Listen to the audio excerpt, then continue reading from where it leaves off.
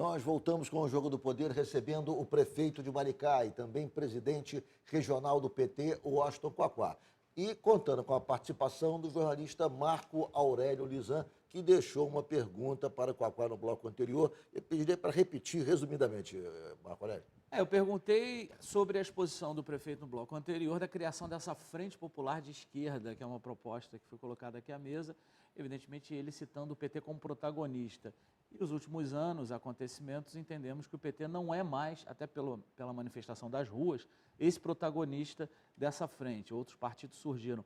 E o PT conseguiu chegar ao poder e ficar 13 anos no poder a partir de uma política local, né, de prefeituras em que ele assumiu a administração pública e foi crescendo, criando o seu êxito. Como assumir esse protagonismo? O que dizer para os eleitores para o PT voltar a ser esse protagonista? Acho que primeiro você tem razão. Primeiro tem razão ao dizer que foram as prefeituras do PT na década de 80 e 90 que acumularam força para que o PT fosse esse partido nacional, junto com outros elementos, mas efetivamente, do ponto de vista institucional, o PT fez grandes trabalhos em prefeituras e cunhou aquela frase que era o modo petista de governar, que foi o de governar as cidades, e isso foi importante para nós. Quando nós ganhamos a presidência da República, nós largamos as cidades. Nós deixamos de disputar as cidades e transformar as cidades no locus, né, de transformação social. A cidade onde você vive é o local de transformação social. E é isso que nós estamos mostrando, por exemplo, em Maricá. E queremos que um exemplo de Maricá sirva como exemplo para o Brasil, onde você tem ônibus gratuito, tarifa zero, empresa pública, onde você tem moeda social, onde você tem a renda básica de cidadania, onde você tem políticas de educação altamente avançadas, enfim, as políticas públicas em uma cidade que transforma a vida das pessoas. Então, isso tem razão. De outro é o seguinte, o PT, obviamente, que tem a imagem muito maculada por tudo que aconteceu. Mas o PT ainda é o partido hegemônico da esquerda brasileira. Você tem no Rio um PSOL forte, você tem em São Paulo um PSOL um pouquinho, e no Pará um PSOL mais forte. De resto, o PT é o grande partido hegemônico da esquerda brasileira. E digo mais, não é só o PT que tem que liderar essa frente. Essa frente, ela se abriga numa coisa que o André Singer muito bem fez no livro dele, que é, nos sentidos do lulismo, que é caracterizar esse novo fenômeno brasileiro, que é o lulismo. Como já foi o gentulismo, o lulismo é o grande, digamos, pai da esquerda brasileira das próximas décadas. Mas, prefeito, só para não perder esse gancho, quando o PT precisa assumir que fez o que os outros partidos faziam, que todos eles fazem caixa 2, quando o PT se mistura, né, come o melado e se lambuza com ele passa a ser visto por essa ala de esquerda igual aos outros. Então, essa ala identifica que o PT não é mais o protagonista, não é mais o representante das propostas que a esquerda... A esquerda classe média. A esquerda classe média se preocupa demais com essas coisas. O povo é muito prático. O povo sabe muito bem que todos fazem caixa 2. O povo não entende, às vezes, é a falsidade. Ele diz, mas eu não faço, aí faz. Aí eu não faço, mas aí faz. Aí isso que não dá. O PT tem que assumir que faz o que todos fizeram. Fez o que todos fizeram. E se não mudar a legislação, se não tiver financiamento público... Mas já mudou a legislação. Agora, por exemplo, está proibido o financiamento de empresa privada. Nós teremos uma eleição só com fundo partidário e com doações individuais. Pelo menos é o que diz a lei. Você acha que o Pedro Paulo aqui no Rio, que o Crivella, que todos os candidatos do Rio vão fazer campanha com contribuição individual? Isso é uma hipocrisia. Essa eleição é a eleição da hipocrisia. Essa eleição municipal Você acha é a que eleição a da lei, hipocrisia. como está, vai favorecer o Caixa 2? É a lei do Caixa 2.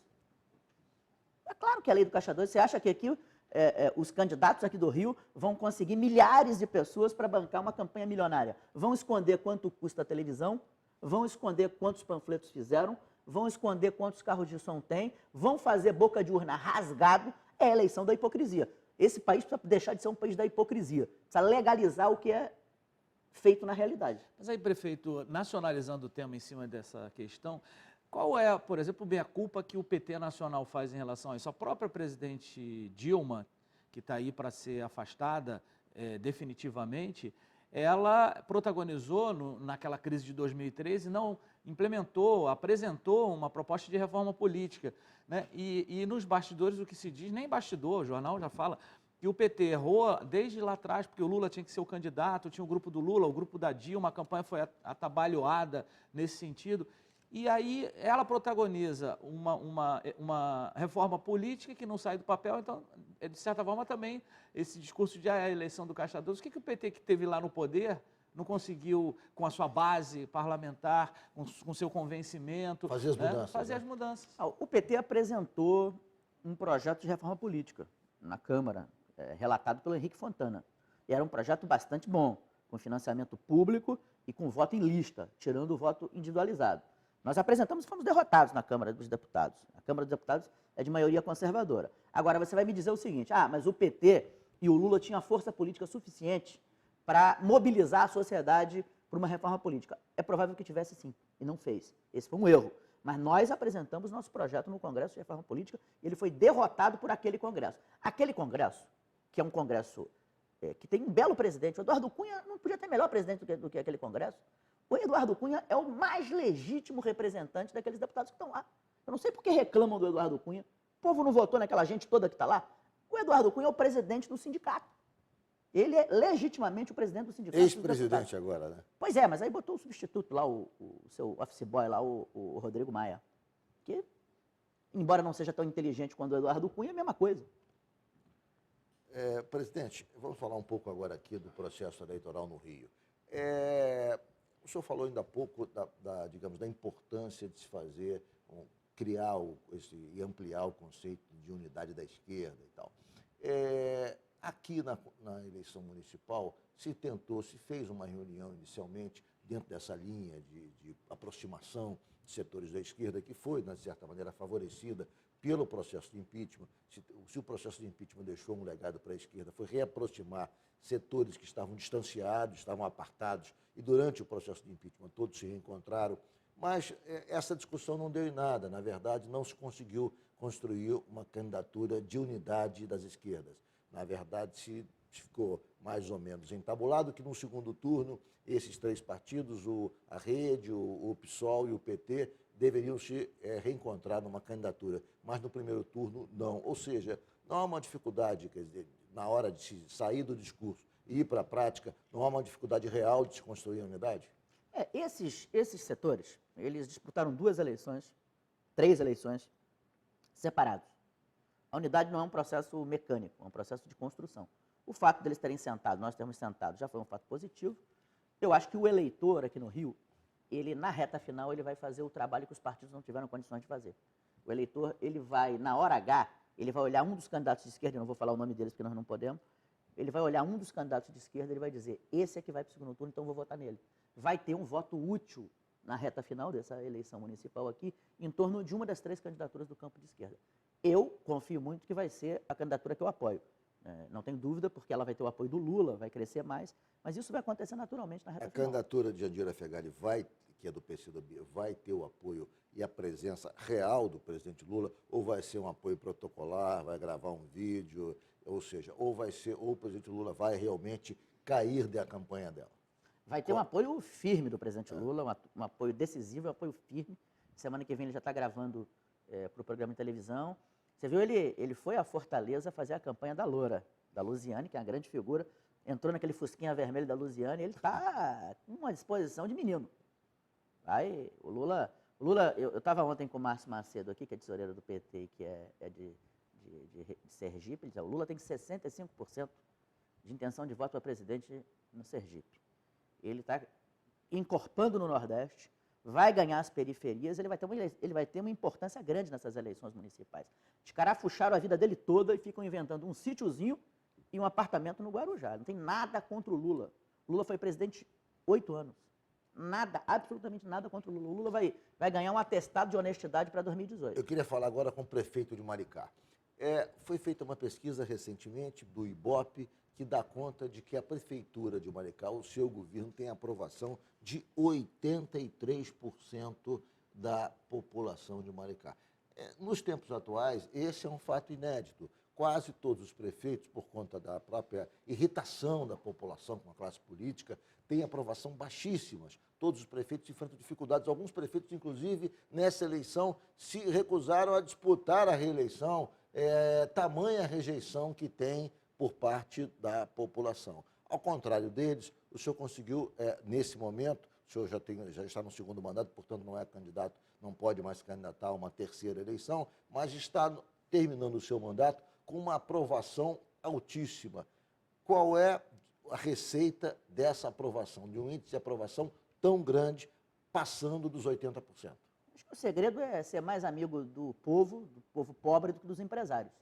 No geral, os prefeitos governam, e a política é isso, é fazer escolha, fazer decisões.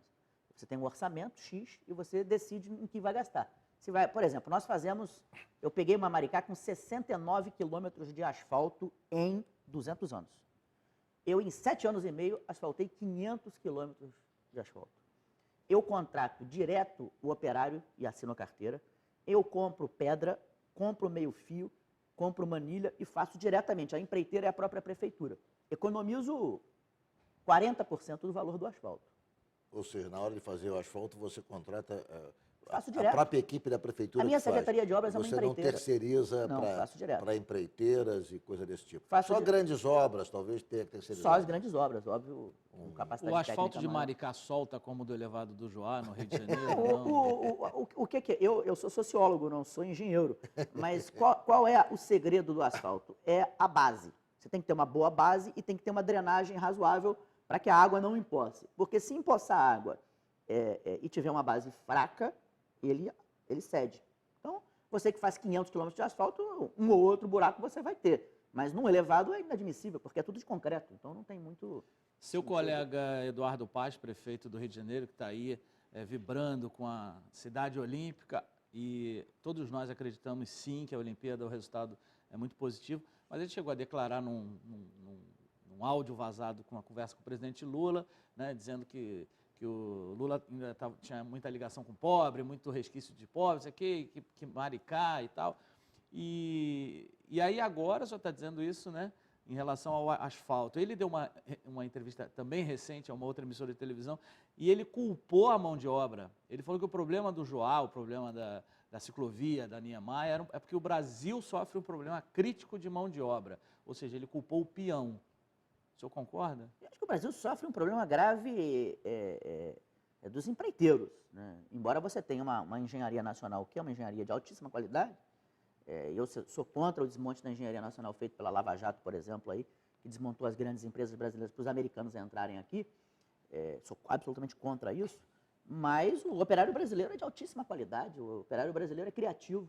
Você pega um operário americano, um operário francês, ele é um operário que ele segue aquela receita de bolo. Se tiver um desvio, ele já não vai. Então, o operário brasileiro é reconhecidamente um operário criativo, que resolve os problemas, dá aquele chamado jeitinho brasileiro. Se a máquina quebrou nos Estados Unidos, o cara vai embora para casa. Aqui, se a máquina quebrou, ele pega um arame, conserta e segue a obra em frente. Então, o operário brasileiro é de altíssima qualidade. Quaquá, lá em Maricá, voltando à questão dos ônibus, os vermelhinhos, que você falou ainda há pouco no bloco anterior, você já conseguiu transportar, ou consegue transportar com os ônibus da prefeitura, quantas mil pessoas por mês? Como é que está esse projeto? Esse projeto realmente é viável? Ele pode ser estendido a outras prefeituras? Porque ele foi um piloto, você começou com poucas linhas, com poucos ônibus, hoje você já ampliou o serviço, já está com outros ramais. Eu queria que você fizesse um balanço disso e dissesse o seguinte: é viável? Quer dizer, porque há muita dúvida durante, digamos, alguns prefeitos de posição mais conservadora tentam dizer que o poder público não tem condição de gestão de uma rede de ônibus públicos, porque, enfim, os gastos seriam maiores, enfim, argumentam que é melhor entregar para pessoas especializadas, portanto, empresas de ônibus, que teriam mais eficácia na prestação desse tipo de serviço.